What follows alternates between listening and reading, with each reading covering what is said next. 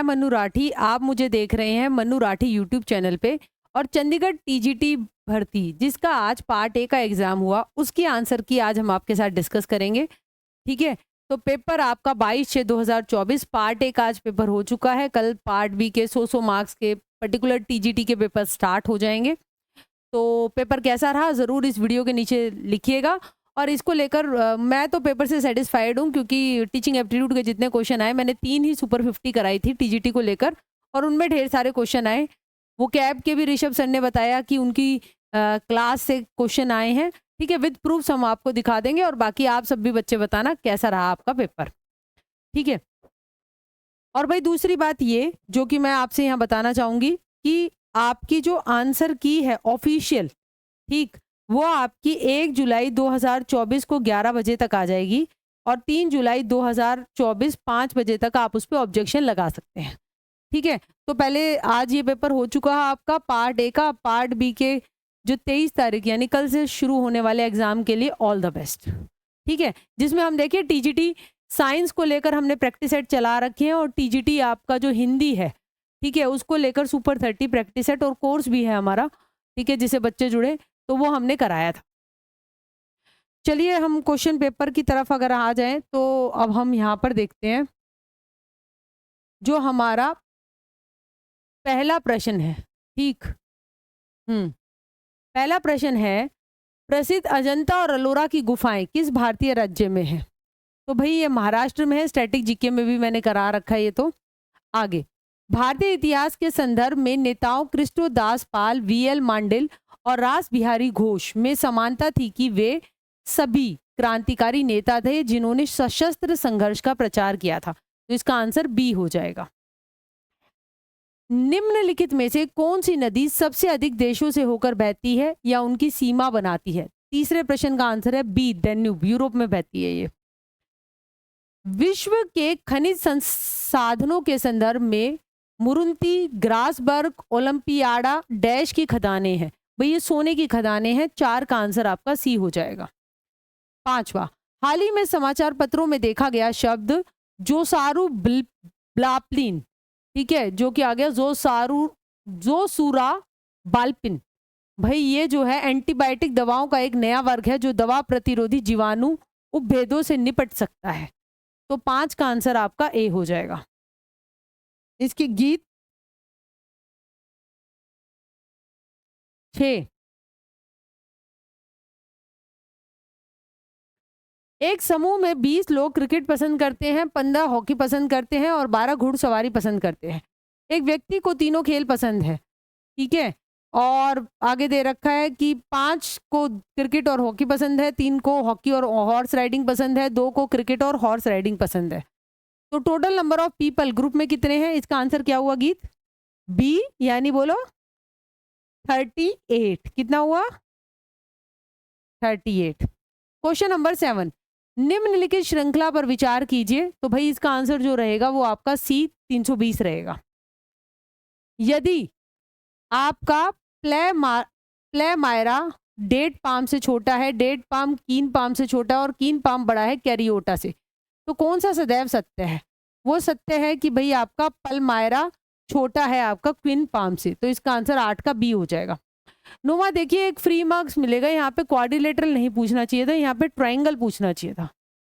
जब हम ट्रायंगल पूछते हैं तब हमारा आंसर इसका सी 28 आता है, ठीक है। तो बोर्ड की तरफ से ये फ्री मार्क्स जरूर जाएगा सभी को। 10वां, एक दर्जी की कैंची की एक जोड़ी के साथ कपड़े के कई रोल काटने पड़ते हैं। कपड़े के प्रत्येक रोल को 10 बराबर टुकड़ों में काटा जाना है। यदि वह प्रति मिनट अपनी कैंची से 45 कट लगाता है तो 24 मिनट में कितने रोल काटे जाएंगे? ठीक है, तो इसका आंसर रहेगा सी 108 रोल, ठीक है। हाँ बिल्कुल सी।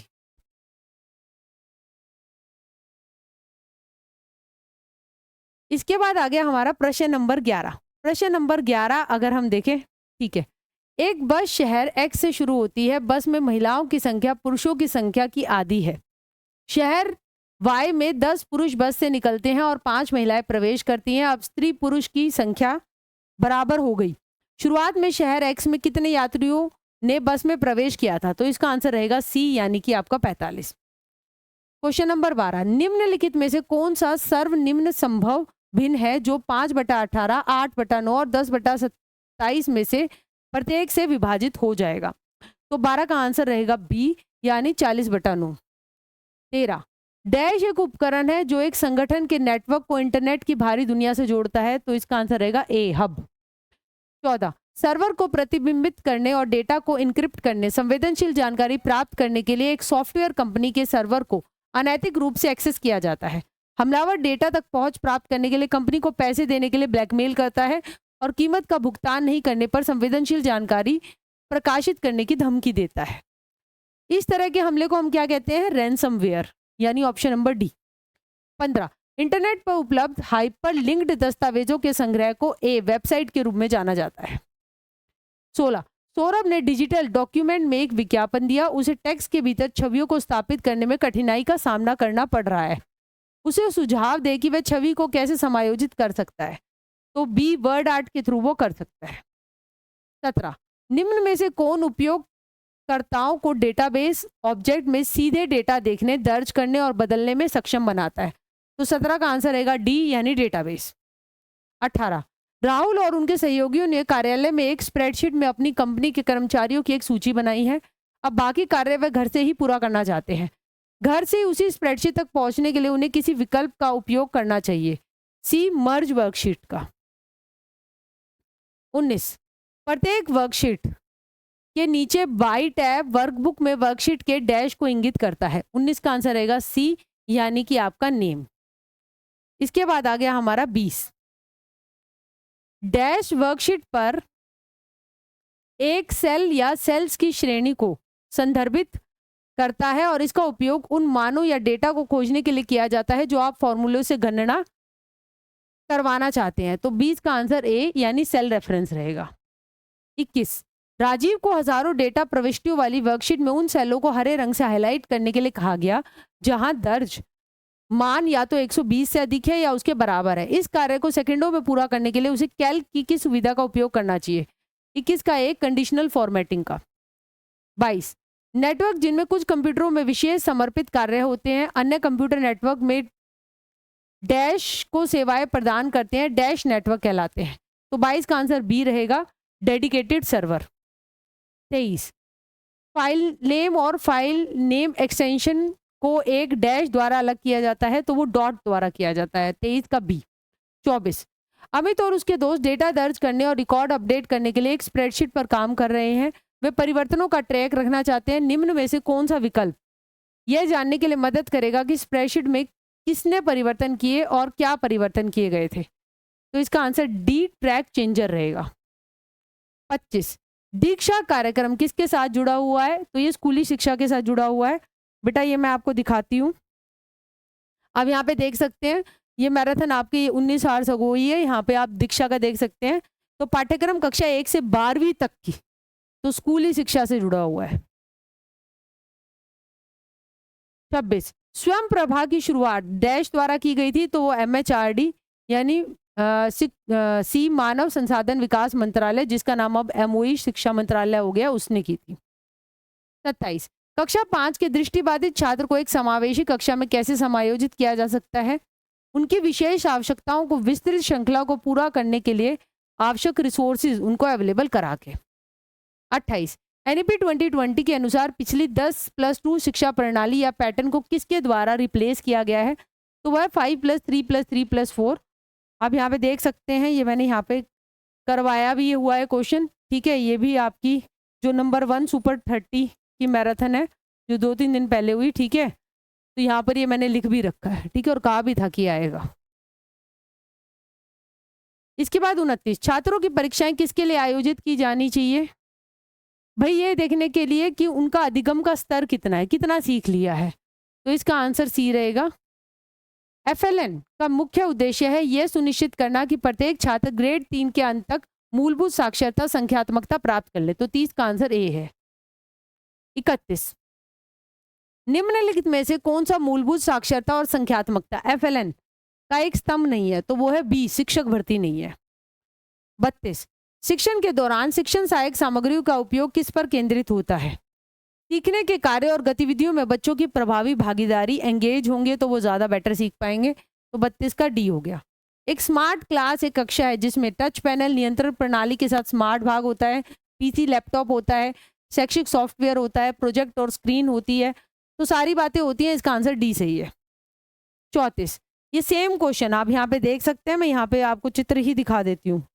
ये हमने कल ही किया है, देखिए, ठीक है। ये वाला क्वेश्चन मतलब कल से पहले वाली मैराथन में किया था, 2 डेज अगो। देखो यहाँ सेम क्वेश्चन है, मगर एक छात्र 13 को 31 लिखता है, बी को डी लिखता है। तो ये क्या है? सीखने की अक्षमता। मैंने कहा था डिसलेक्सिया है। और यहाँ पे आप देख सकते हैं सेम क्वेश्चन आ रखा है, अधिगम अक्षमता। तो सेम क्वेश्चन, मतलब 150 क्वेश्चन नहीं कराए थे मैंने आपको टीचिंग एप्टीट्यूड के, उसमें से आप देख सकते हैं कितने आपको देखने को मिल रहे हैं। 35, निम्नलिखित में से कौन सा कदम एक कार्यक्रम मूल्यांकन टीम को पहले देना चाहिए, क्योंकि एक प्रारंभिक बचपन कार्यक्रम के व्यापक मूल्यांकन के संचालन की प्रक्रिया शुरू करता है। तो 35 का एक, कार्यक्रम के वर्तमान दर्शन, लक्ष्यों और उद्देश्यों की समीक्षा करना। 36, स्वयं प्रभा का कौन सा चैनल भाषा और साहित्य से जुड़ा हुआ है? ये क्वेश्चन भी मैंने कराया था। और सेम क्वेश्चन आपका सारस्वत वाला आया हुआ था, क्या होता है, चंडीगढ़ जेबीटी में। तब मैंने कहा था कि आपको सारे चैनल्स के नाम कर लेने चाहिए। तो भाई इसका आंसर वागीश है। और अभी जब हमने मैराथन कराई थी तो मैंने यहाँ पे देखिए सारे चैनलों के नाम आपको यहाँ पे कराए थे। ये रहा चैनल 1 वागीश, और तो और वेबसाइट खोल के भी नाम आपको करवाए थे। इसके बाद आगे आपका 37, rewrite the sentence in direct speech. I will win the competition, she confidently exclaimed and prove my capabilities. She confidently exclaimed that she should win the competition and prove her capabilities। 37 का B. 38, choose the correct spelling. तो sacrilegious 38 का ए है। 39, correct synonym हमें देना है। Professor was incredibly loquacious during the lecture, elaborating on every intricate detail of the subject matter. ठीक है, तो मतलब वो बहुत डिटेल में कर रहा था, गैरुलस यानी ऊपर ऊपर से। तो 39 का बी हो गया। 40, हमें करेक्ट एंटोनिम बताना है। His indefatigable pursuit of esoteric knowledge often left others bemused yet her remained resolute in his intellectual endeavors। तो 40 का आंसर बी रहेगा, इनरवेटेड। 41, आइडेंटिफाई करें मीनिंग, अंडरलाइन वर्ड का। Additional initiatives aimed at welfare of the elderly population in the nation are in the offing. तो 41 का D, likely to happen soon. इसके बाद आगे आपका 42, निम्नलिखित शब्दों के मानक वर्तनी की दृष्टि से सही शब्द का चयन कीजिए। 42 का डी, ऐतिहासिक। 43, निम्नलिखित वाक्य से संज्ञा की पहचान कीजिए। 43 का सी, सर्दी। 44, निम्नलिखित मुहावरे का सही अर्थ बताइए। बैल का बैल गया, नो हाथ का पग्गा भी गया। बहुत बड़ा घाटा हो गया भाई। 45, दिए गए वाक्य में गलत भाग की पहचान कीजिए। उन्नति के मार्ग में बाधाएं आती ही हैं, मेरे को यह बात पता है। तो यहाँ पे मेरे को गलत है, मुझे आना चाहिए था।